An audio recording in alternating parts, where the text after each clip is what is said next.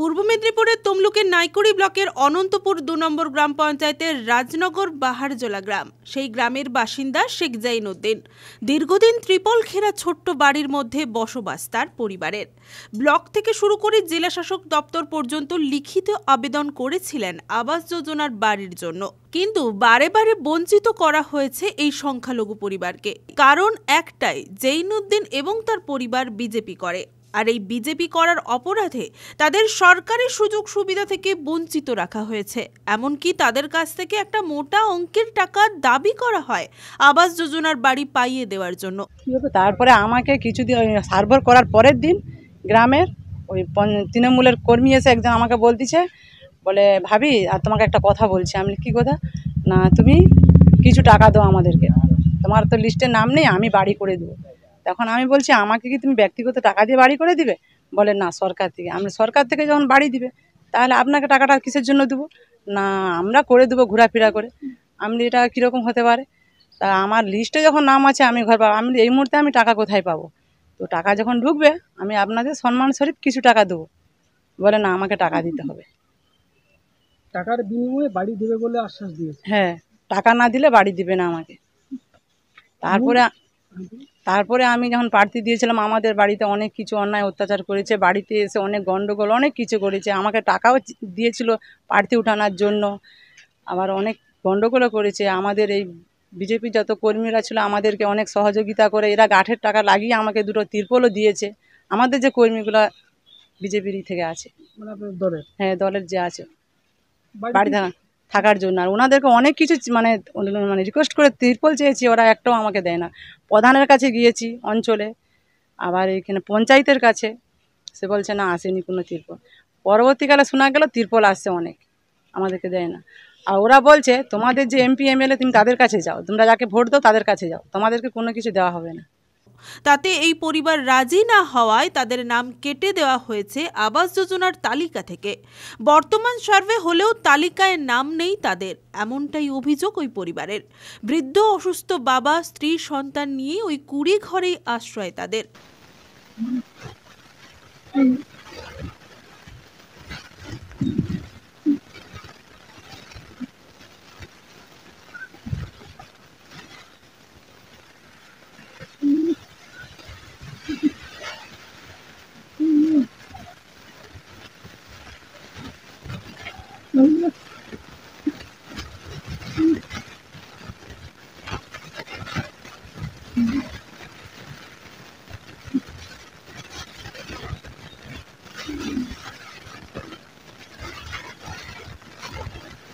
অভিযোগ রয়েছে আমি বিজেপি করার অপরাধে ওরাই বলছে বিজেপি যারা করে তাদের কোনো সুযোগ সুবিধা দেবো না।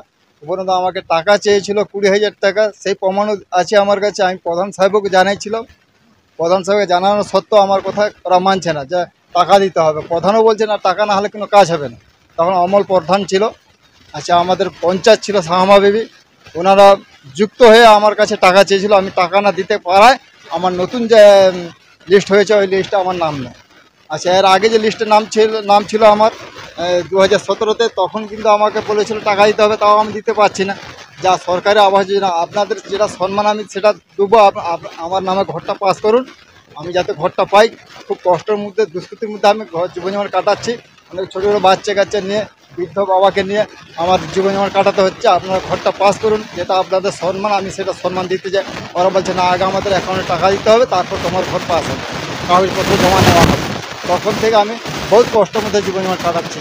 আমি বহু জায়গায় বিদ্যুৎ কাগজ জমা দিয়েছি, ডিএমকেও দিয়েছি, তার সমস্ত কাগজপত্র আমার 4-5 বার করে আমি বিদ্যুৎ কাগজ জমা দিয়েছি। প্রধানকে আমাদের যখন প্রধান ছিল দুবারের মতো প্রধানকে কাগজ জমা দেওয়া হয়েছে। উপরন্তু আপনার ডিএমও কাগজ জমা হয়েছে 3-4 বার। সব জায়গাতে আমি কাগজ যেখানে যা দেওয়ার সেখানে দিয়েছি। আমি আবেদন করেছি স্যার, না কিন্তু সাড়া পাই না।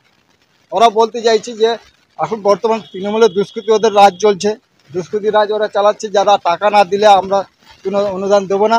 এটা আমাদের দিদির ঘর, দিদির বাড়ি, এটা দিদির প্রকল্প, আমরা কাউকে যারা বিজেপি করে তাদেরকে দেবো না। বহুত কষ্টের মধ্যে জীবনযাপন কাটাতে হচ্ছে। ছোটোখাটো বাচ্চা দুটো মেয়ের এই বাড়িতে থাকা সত্ত্বেও আমার দুটো মেয়ের বিয়ে হয়ে গেছে। বহুত কষ্ট। আমার সহযোগিতা যারা আমার সমর্থন করে, তারা সহযোগিতা করে আমার দুটো মেয়েকে বিয়ে দেওয়া হয়েছে। আরও দুটো মেয়ে আছে, ছেলেটাও ছোট। এই বাচ্চাদেরকে লেখাপড়া থেকে উপরে নিজে একাকে মেহনত করতে হয়। বাইরে আমাকে উড়িষ্যাতে জীবনযাপন কাটে, সেখানে রোজগার করতে হয়। বাড়িতে থাকতে মানে বর্ষাকাল আসলে বহুত চিন্তার মধ্যে, বাইরে থাকলেও চিন্তা হয়, বাড়িতে থাকলেও চিন্তা হয়। কিন্তু মানুষের এখানকার যে এলাকার মধ্যে যারা পঞ্চায়েত দপ্তরে যারা আছে, তারা কোনো এই গ্রাহ্য কোনো কথা শুনছে না। আমি রাজনীতি নামান নয়, কিন্তু বাধ্য হতে এনাদের মতো এনাদের বিরোধিতা করার জন্য, এনাদের যে দুশ্চরিত্রের জন্য, তৃণমূলের দুশ্চরিত্রের জন্য আমাকে বাধ্য হতে রাজনীতি নামতে হয়েছে। 2018 সালে পঞ্চায়েত নির্বাচনে শেখ জৈন উদ্দিনের স্ত্রী রেহিমা বিবি বিজেপির প্রার্থী হয়ে শাসকের প্রার্থীর বিরুদ্ধে প্রতিদ্বন্দ্বিতা করেছিলেন। যদিও কয়েকটা ভোটে পরাজিত হয়েছিলেন তিনি, তারপরে তাকে বহু হেনস্থারও শিকার হতে হয়েছিল। তারপর থেকে আজ পর্যন্ত তাদের পরিবারকে সরকারি সুযোগ সুবিধা থেকে বঞ্চিত রাখা হয়েছে বলেই অভিযোগ। বাড়ি পাননি কেন আপনি? আমি বিজেপি প্রার্থী দিয়েছিলাম বলে 2018-তে। কে প্রার্থী হয়েছিল? আমি দিয়েছিলাম। সেই কারণে কি বাড়ি দেয়নি? হ্যাঁ, টাকা চেয়েছিল আমাকে, টাকা না দিতে পারার জন্য, ওই জন্য বাড়ি আমাকে দেয়নি। কি বলেছে? ওরা বলেছে টাকা দিতে হবে আমাদেরকে 20,000 টাকা। বলেছে ঘর জায়গা বন্ধক দাও, কি গয়নাগাটি থাকে যাই থাকবে তোমার বাড়িতে। আমার তো এই পজিশনে, আমার তখন টাকা নেই, আমার স্বামী মজুর খেটে, আমি টাকা কোথায় পাবো দেবো? আমি বলছি ও টাকা যখন ঢুকবে তখন তো আপনাদের কোনো সম্মান শরিক দেবো। বলে না, এক্ষুনি তোমাকে টাকা দিতে হবে, না দিলে তোমার বাড়ি দেওয়া হবে না। কারা বলেছে? এই তৃণমূলের পঞ্চায়েতের ওরা প্রধান, পঞ্চায়েত ওই সদস্য কর্মীগুলো ওরা সব বলেছে। এখন তো সার্ভে হচ্ছে সব জায়গায়। সার্ভে হচ্ছে কিন্তু বাড়ি হচ্ছে, আমাদের বাড়ি করে না ওরা। সার্ভে করতে কি এসেছিল? কি এসেছিল, কোথায়? গ্রামে এসেছিল। এসে যাদের লিস্টে নাম আছে তাদেরকে নিয়ে সার্ভে করছে, আমাদের বাড়ি সার্ভে করে না। আমি বাড়িতে ছিলাম, স্যারকে বলিয়েছি যেরকম আমরা এই বাড়িতে থাকি, দেখো অনেক কষ্টের মধ্যে বাচ্চা কাচ্চা নিয়ে অসুস্থ মানুষ আমরা সবাই থাকি, আমাদের বাড়িটা কমসে কম সার্ভেটা করে যান, আমাকে বাড়ি দিতে হবে না, আমি পাবো না পাবো আপনারা কমসে কম সার্ভেটা করুন। তাও ওরা বলছে না, যাদের লিস্টে নাম আছে তাদের সার্ভে হবে, আপনাদের এখন হবে না। আমি এসে স্যারকে যত কাগজ ছিল, আমি ডিএমএ প্রধান, পঞ্চায়েত, মানে যেখানে যেখানে সব কাগজ জমা দিয়েছিলাম, সব কাগজ ওনাকে সব দেখিয়েছি। উনি দেখার পর আমাকে একটা ফোন নাম্বার দিয়েছে, বলে আপনি এতে ফোন করবে দিদিকে ফোন লাগাতে। তার ওই সে একটাই অভিযোগ সবসময়। দিদিকে বলো এই নাম্বারটা।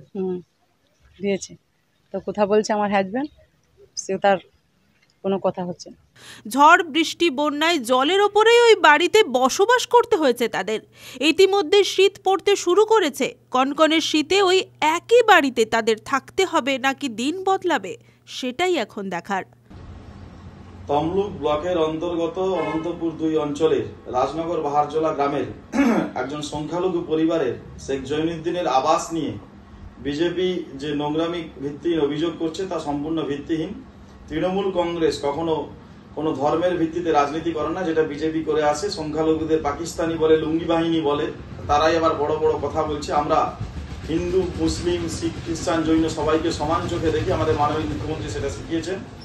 আমি যেটুকু খবর নিয়ে জানতে পেরেছি, তার পারিবারিক জায়গা সংক্রান্ত ব্যাপারে তার বাবার নামে জায়গা আছে এবং তার ভাই শহীদুদ্দিনেরও নাম আবাস তালিকায় আছে, কিন্তু জৈনুদ্দিনের নামে নিজস্ব জায়গা না থাকার কারণে গত 3 বার ধরে বা 4 বার ধরে যে কেন্দ্রীয় সরকারের অফিসাররা ভিজিট করেছিল আবাস নিয়ে, তারা বাদ দিয়েছে নিশ্চিতভাবে এবং তার নাম বর্তমানে নেই। তাকে অনুরোধ করব জৈনুদ্দিনকে যে আপনি দয়া করে মানবিক মুখ্যমন্ত্রী মমতা বন্দ্যোপাধ্যায়ের দপ্তরে 9137091370-তে অভিযোগ করুন এবং আমাদের তমলুক ব্লকের বিডিও সাহেবের কাছে আপনার সমস্ত নথিপত্র নিয়ে আপনি আবাস পাওয়ার জন্য আবেদন করুন।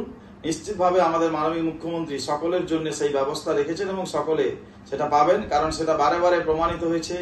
100 দিনের কাজের টাকার ক্ষেত্রেও দলমত নির্বিশেষে সবাইকে অভিষেক বন্দ্যোপাধ্যায় আগামীর ভবিষ্যৎ লড়াই সংগ্রাম করে নিজস্ব রাজ্য সরকারের তহবিল থেকে সবাইকে 100 দিনের কাজের টাকা দিয়েছে। কেন্দ্রীয় সরকার বঞ্চনা করা সত্ত্বেও পথশ্রীতে আপনারা সবাই জানি সমস্ত মানুষ অভিযোগ করেছে এবং বিশেষ করে তমলুক ব্লকে শ্রীরামপুর 1, শ্রীরামপুর 2 এইসব অঞ্চলে যেখানে বিজেপি সর্বত্রভাবে জিতে আছে, সেই সব এলাকাতে মুখ্যমন্ত্রীকে আবেদন করে পথশ্রীর মাধ্যমে কয়েক কিলোমিটার ঢালাই রাস্তা নির্মিত হয়েছে এবং এক্ষেত্রেও এই আবাসের ক্ষেত্রেও কোনো রকম রং দেখা হবে না, তৃণমূল, সিপিএম, বিজেপি, কংগ্রেস দেখা হবে না। যারা প্রকৃত পাওয়ার যোগ্য, যারা প্রকৃত প্রাপক, তারাই পাবেন।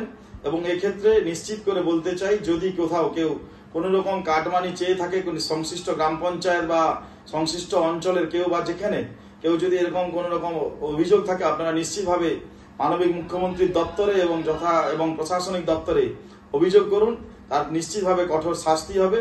আমরা চাই যারা প্রকৃত প্রাপক তারা এই বাংলার আবাসের তালিকায় তারা পাক।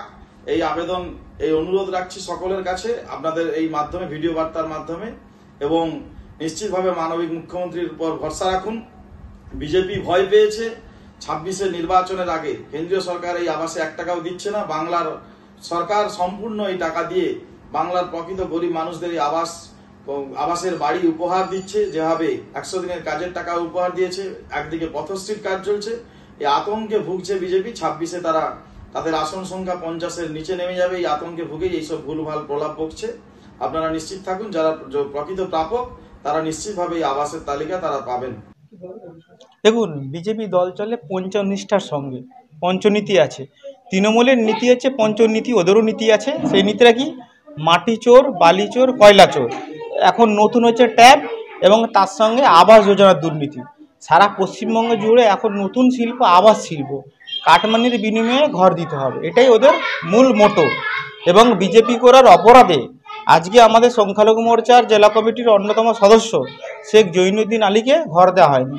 এবং যে ঘরটিতে উনি থাকেন আমি গিয়েছিলাম ব্যক্তিগতভাবে, এবং মানুষ বসবাসযোগ্য নয়। এখন বিজেপি করার অপরাধে ঘর দেওয়া হয়নি, এটা সবচেয়ে বড় মারাত্মক অভিযোগ। এবং বিডিও, ডিএম, পঞ্চায়েত প্রধানকে অভিযোগ জানানো হয়েছে। এবং জৈনুদ্দিন বাবুর স্ত্রী 2018 সালে পঞ্চায়েতের নমিনেটেড প্রার্থী ছিলেন। সেই জায়গা বিজেপি করার অপরাধে ওনাকে ঘর দেওয়া হচ্ছে না। এবং বহু হুমকি, শাসক দলের চক্ষু উপেক্ষা করে আজই ওনাকে জীবন জীবিকা করছে। এবং ওনার বাবা বৃদ্ধ মানুষ, প্যারালাইসিস মানুষ, ওই তিরপল টাঙানো বাড়িতে থাকছে, যেটা সত্যি দুর্বিষহ। তৃণমূলের এমনকি তিনি অভিযোগ করছেন যে টাকার বিনিময়ে তাকে বাড়ি দেওয়া হবে, এমন তাকে টাকা দাবি করা হচ্ছে, এমনটা অভিযোগ করছেন। হ্যাঁ, ঠিকই, অভিযোগটা এবং বাস্তব এবং ধ্রুব সত্য। আজকে শুধু জৈনুদ্দিন বাবুর কেস নয়, এটা নাইকুড়ি ব্লকের নয়, এটা সারা পশ্চিমবঙ্গের ম্যানিয়া। টাকার বিনিময়ে কোনো কাজ হবে না। আবাস যোজনা থেকে শুরু করে রাস্তাঘাট নির্মাণ, শৌচাগার, তৃণমূল আমলে ওরা পায়খানাও খাচ্ছে, এটা দেখেছেন তো। কাটমানির বিনিময়ে শৌচাগার দেওয়া হচ্ছে সমস্ত জায়গায়। দুর্নীতি ওদের রন্ধ্রে রন্ধ্রে চলে এসছে। আমরা একটা বই পড়তে হবে, ছোটোবেলায় পড়েছি হয়তো, এখনও বইগুলো আছে, রায় ও মার্টিন সম্পাদিত প্রশ্ন ব্যাংক, বিচিত্রা ব্যাংক, যেগুলো পাই। এখন তৃণমূলের আমাদের নতুন দুর্নীতির একটা প্রশ্ন বিচিত্রা বাড়িয়েছে, পিসি বাইপো সম্পাদিত দুর্নীতি। এই বইটা পড়া দরকার আছে তৃণমূলের। আর দুর্নীতি যদি যান, হরিশ্চন্দ্র স্ট্রিটে যাবেন, কালীঘাটে যাবেন, দুর্নীতি কাকে বলে ওরা দেখিয়ে দেবে। এটা তৃণমূলের নেত্রীকে ধন্যবাদ। আজকে পাড়ায় পাড়ায় তোলাবাজ তৈরি করেছে তৃণমূল নাম বলে। ব্যুরো রিপোর্ট, খবর বিসিবিএস।